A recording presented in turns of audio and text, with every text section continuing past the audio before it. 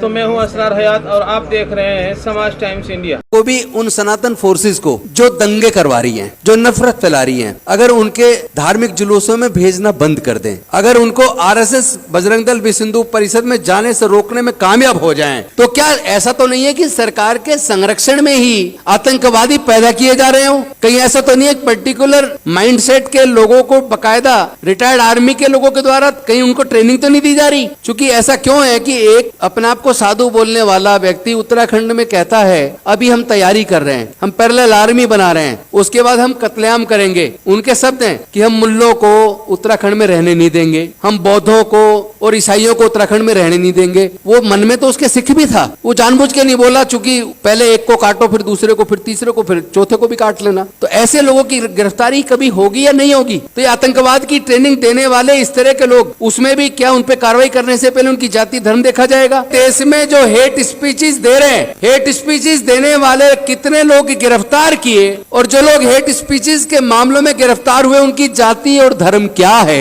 तो आपको समझ आएगा कि जो केंद्र में सत्ता में बैठी पार्टी है उसके नेता सबसे ज्यादा हेट स्पीचेस खुलेआम दे रहे हैं। गेरुए कलर के कपड़े पहन के उनके सो कॉल्ड साधु खुलेआम भारत से मुसलमानों को, क्रिश्चियंस को और बौद्धों को कत्लेआम करने की बात खुलेआम बोल रहे हैं। तो उन लोगों पे हेट स्पीचेस का मुकदमा दर्ज करके उनको गिरफ्तार क्यों नहीं किया जा रहा? जितने रिलीजियस प्रोसेशंस निकलते हैं, धार्मिक यात्राएं निकलती हैं, उसके अंदर औजार हथियार ले जाकर लोगों को भयभीत करने की इजाजत कौन दे रहा है? कौन कौन सी सरकारों में इस तरह के जुलूस निकल रहे हैं? कौन सा पुलिस प्रशासन है जो उनको इजाजत देता है? और वहां तलवारें, नंगी तलवारें लहराने पर, तमंचे लेकर लहराने पर उनके खिलाफ मुकदमा दर्ज क्यों नहीं हो रहा? अभी कांवड़ियों के द्वारा पीलीभीत के अंदर, कल ही समाचार, भारत समाचार की न्यूज है, कांवड़ियों के द्वारा 5051 बाइक पे एक यात्रा निकाली गई, और यात्रा जो लोग निकाल रहे थे उनके हाथों में तलवार और तमंचे लेकर वो निकाली, तो उनमें कितने मुकदमे दर्ज हुए, कितने लोग गिरफ्तार हुए? मैं पूछना चाहता हूं, जितने भी दंगे होते हैं, दंगे करने वाले लोगों की कभी जाति पे चर्चा कर लीजिए। उनकी जाति क्या है? कौन उनका इस्तेमाल कर रहा है? धार्मिक जुलूसों में जो लोग हाथों में औजार हथियार लहराते हैं उनको आइडेंटिफाई कर लीजिए, उनकी जाति क्या है और वो किसके इशारे पे काम कर रहे हैं। खासतौर पे मैं मुस्लिमों को कहूंगा, आपको बुरा लगे तो लग जाए भाई, मुझे तो कहना है, आप लोग अपनी महिलाओं को इस आंदोलन में शामिल कब करेंगे?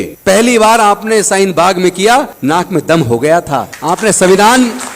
आपने संविधान हाथ में लेके शांतिपूर्वक तरीके से, ईमानदारी से संगठन चलाया, तो केंद्र सरकार को उल्टा पड़ गया। मतलब उनके लोग वहां औजार हथियार लहराने लगे। उन्होंने उसको तोड़ने के लिए क्या क्या नहीं किया। उन्होंने तो मुस्लिम युवाओं को हेट स्पीच देने के झूठे मुकदमे बनाकर जेल में डाल दिया, और उनको जमानतें नहीं मिल रही है। न्याय है कहां? न्याय की कुर्सी पे बैठने वाले व्यक्ति के चरित्र में अगर न्याय नहीं है, चाहे वो नीचे की जुडिशरी का जुडिशियल ऑफिसर हो, चाहे माननीय सर्वोच्च न्यायालय का जुडिशियल ऑफिसर हो, अगर उसके हृदय के अंदर न्याय की भावना नहीं है तो आप उससे न्याय की उम्मीद मत करना। लेकिन ध्यान रहे, ये लड़ाई विचारधारा की है। इस लड़ाई को औजार हथियार से नहीं लड़ा जा सकता। इस लड़ाई को अगर बुद्धि और विवेक से, ठंडे दिमाग से, शांतिपूर्वक तरीके से, भारतीय संविधान के हिसाब से अगर हम इस लड़ाई को लड़ेंगे तो इसको जीतना बहुत आसान है। ये यूसीसी कहने को नहीं बोल रहे, लेके आ सकते हैं, हालांकि वो प्रैक्टिकेबल नहीं है, चलेगा नहीं। अभी से उन्होंने जैसे हमने कहा, और वो मैं आपसे भी कह रहा हूं, आप इस मुद्दे पर मुस्लिम आगे ना आए, प्लीज आप लोग पीछे रहिए, क्योंकि इसका असर आदिवासी पे बहुत पड़ने वाला है, अनुसूचित जाति पे बहुत पड़ने वाला है,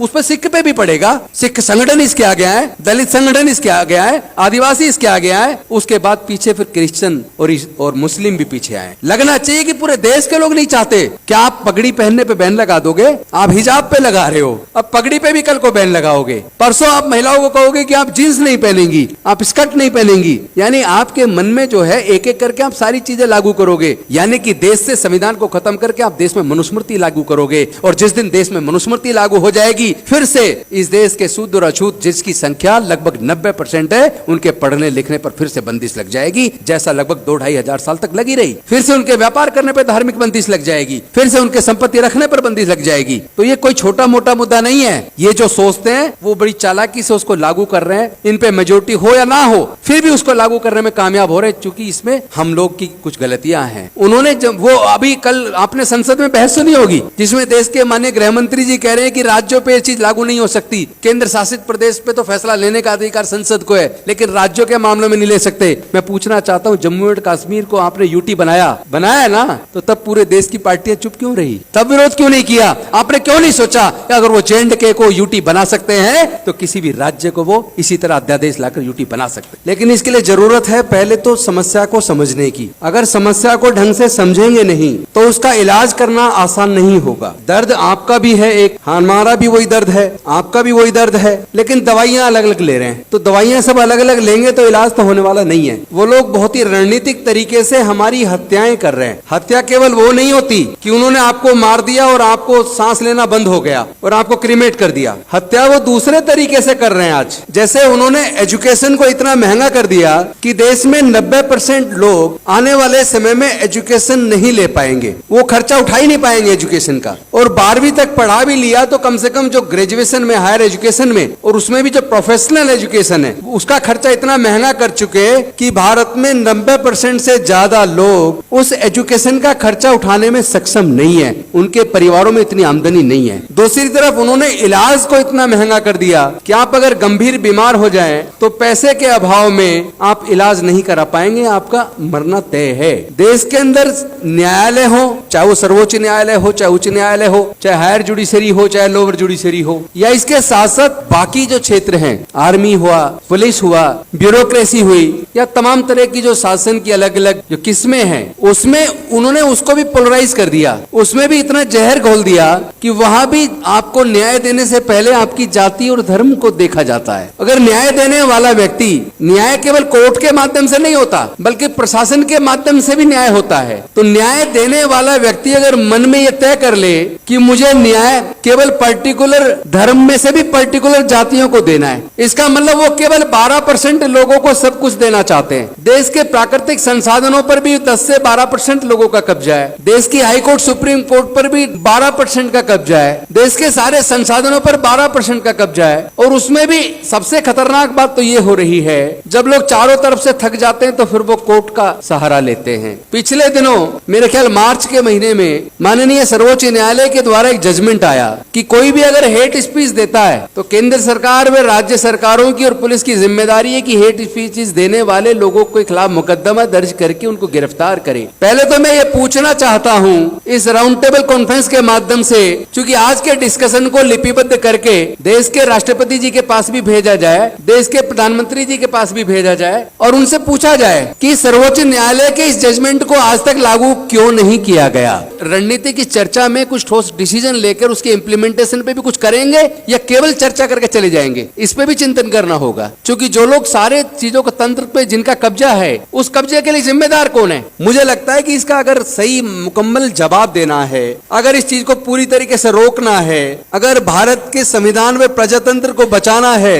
तो इस मीटिंग में केवल माइनॉरिटीज को बुलाना उचित नहीं है। इसमें SC, ST और OBC के प्रतिनिधियों को भी बुलाना बहुत ज्यादा जरूरी है, क्योंकि इन सारे धार्मिक जुलूसों में जो लोग औजार हथियार लहराते हैं, जिनका दंगों में इस्तेमाल किया जाता है और दंगे के बाद जो जेल जाते हैं और जो बर्बाद होते हैं, आप अगर उसका आंकड़ा उठाकर देखेंगे तो 90% से ज्यादा उसमें SC, ST और OBC के युवा मिलेंगे। तो पहले तो ये आंकड़ा देख लीजिए कि भाई SC, ST, OBC माइनॉरिटीज की पॉपुलेशन क्या है। जैसा आप बता रहे थे कि भाई 20% माइनॉरिटीज के लोग हैं, तो क्या 20% में 17% को भी हम एकजुट कर सकते हैं? पहला सवाल। अगर हमने 20 में से 17 को एकजुट कर लिया कि ये 17% लोग अब इस देश के संविधान और प्रजातंत्र को बचाने के लिए एकजुट होकर एक राय से काम करेंगे मिलकर। SC और ST दोनों को अगर जोड़ लिया जाए तो इनकी जनसंख्या कम से कम 28% है। इस 28% में से 20% भी अगर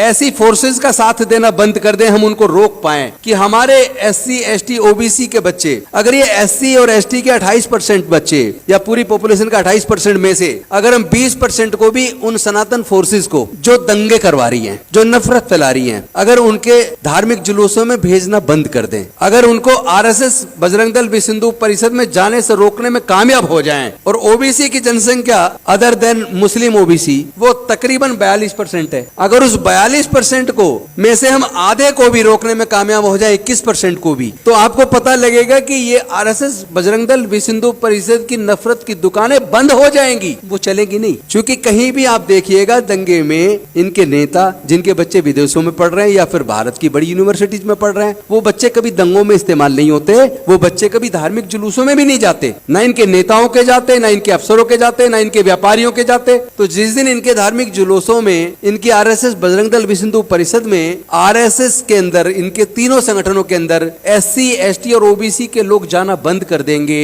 उस दिन इनकी नफरत की दुकान मैं गारंटी के साथ कह सकता हूं बंद हो जाएगी। हम लोग उन पे काम करने की बजाय कि उनको कैसे सुधारें, जो लोग उत्पीड़न कर रहे हैं उस पे काम करने की बजाय हम लोग इस पे काम करें। आप आज ही इस राउंड टेबल कॉन्फ्रेंस में संकल्प कीजिए कि अगर मुस्लिम के साथ जुल्म होगा तो सिख भी, दलित भी, आदिवासी भी, पिछड़ा भी, सब लोग उनके साथ खड़े होंगे। उसी तरह अगर दलित के साथ हो या आदिवासी के साथ हो तो उसका विरोध भी हम सब लोग मिलकर एकजुट होकर, ये टीम जो आज इस सभागार में बैठी है, अगर ये टीम के लोग ही ये संकल्प ले लें कि हम दिल्ली में भी और पूरे देश के गांव-गांव में इस मूवमेंट को, इस मुहिम को और आज की इस राउंड टेबल कॉन्फ्रेंस के मुद्दों को घर घर तक पहुंचाने का संकल्प लेते हैं, मैं दावे के साथ कह सकता हूं 2024 में ये संविधान विरोधी, तानाशाही, नफरत फैलाने वाली सरकार दफन हो जाएगी। आज दिल्ली के लोग उम्मीद ना करें कि आप किसी को भविष्य में चुनेंगे और वो वादा जो आपसे करेगा उसको लागू कर पाएगा, क्योंकि जब पूरी पावर उन्होंने दे दी मतलब होम मिनिस्ट्री को, उपराज्यपाल के माध्यम से होम मिनिस्ट्री सारे फैसले लेगी, तो दिल्ली में भी कोई चुना हुआ कोई मुख्यमंत्री बन जाए, मंत्री बन जाए, उनकी कोई वैल्यू नहीं है, वो कोई निर्णय नहीं ले पाएंगे। तो ये किसी भी राज्य के साथ हो सकता है, इसलिए हमें भारत के संविधान को ध्यान में रख के और भारत के संविधान को कैसे मजबूती से लागू करवाएं, इस पे एक राय बनाकर आज कुछ एजेंडे आप तय कीजिए और उसके साथ फिर ये भी तय कीजिए कि हम सब लोग अलग अलग धर्म के और जाति के लोग अपने समाज के अंदर नुक्कड़ मीटिंग ले, अपनी कॉलोनियों में, गांव में, बस्तियों में, और वहां इस आज के एजेंडे को वहां भी चर्चा करें, ताकि उनको पता तो चले। आप और हम यहाँ एक दूसरे को भाषण देके चले जाए और आप और हमारे बच्चे वहां गली में मतलब नशा कर रहे हैं या कोई गलत काम में इन्वॉल्व है या अपराध में इन्वॉल्व है और पढ़ने लिखने पे ध्यान ही नहीं दे रहे, तो बर्बादी का कारण हम भी है ना।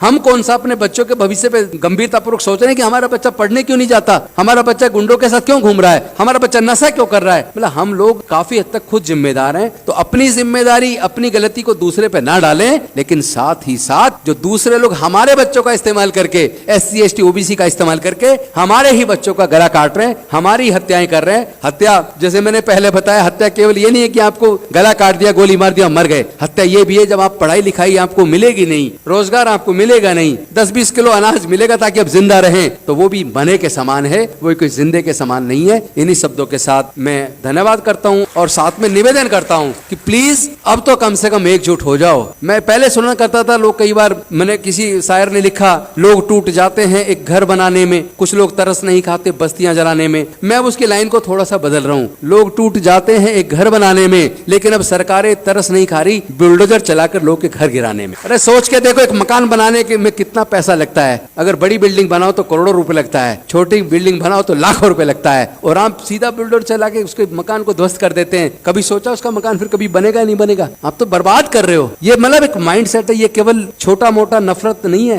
ये आपको जड़ से खत्म कर रहे हैं। और आप अभी हवा में चर्चा कर रहे हो, जमीन पे उतरने की जरूरत। हम लड़ेंगे, हम जीतेंगे। होके मायूस ना यूं शाम से ढलते रहिए, जिंदगी भोर है, सूरज से निकलते रहिए, एक ही पांव पे ठहरोगे तो थक जाओगे, धीरे धीरे ही सही राह पे चलते रहिए। बहुत बहुत धन्यवाद। जय भीम।